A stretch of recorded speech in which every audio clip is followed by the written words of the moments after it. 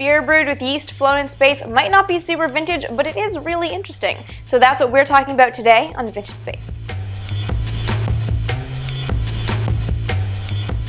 The beer in question is called the Ground Control, and it comes from the Ninkasi Brewery in Eugene, Oregon. And what makes the beer interesting is the yeast. Yeast is a single-celled organism. It's a fungus, and it metabolizes, grows, and lives off of the ingredients that make up beer. It's also the most important ingredient in fermentation. Yeast metabolizes the sugar in beer, and the byproducts are alcohol and carbon dioxide. So it's the yeast that gives the beer its carbonation as well as its alcohol content. And the yeast can also seriously impact the flavor of a beer. So if you're going to launch this living organism into space with the idea of using it to ferment your beer afterwards, you have to keep it safe.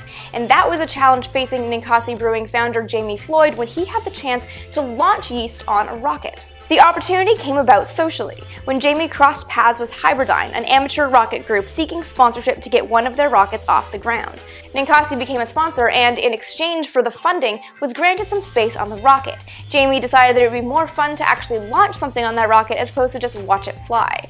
And so he settled on yeast. But even a suborbital launch like the one Hybridyne was proposing presents a lot of problems for living organisms, even something as simple as yeast. There's a buildup of positive and negative g-forces, cold of the upper atmosphere and the scorching heat of re-entry, exposure to cosmic and solar radiation, and the pressure of changing altitudes. Add to that the fact that when you have a living payload, you have a very short window in which to actually recover it before you can put it to use.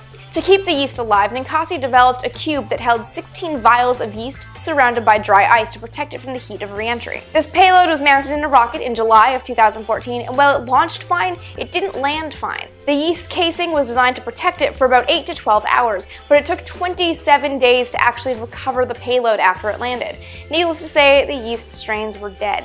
But Ninkasi got a second try in October. This time the setup was a little bit simpler and only held 6 vials of yeast. The payload was also installed in the rocket at a different point, so it would be exposed to less of a big buildup of g-forces. This launch was a success. The 6 vials of yeast reached a peak altitude of 77.5 miles, well above the 50-mile marker where space formally begins. And the payload was easily recovered this time thanks to better tracking. The team was able to recover it, return it to Oregon, do lab tests to make sure it was safe before using it in ground control. Ninkasi's idea is that eventually people will want to be drinking beer in space. I mean, after a long hard day of plowing the fields on Mars, wouldn't you like to relax and unwind with a beer?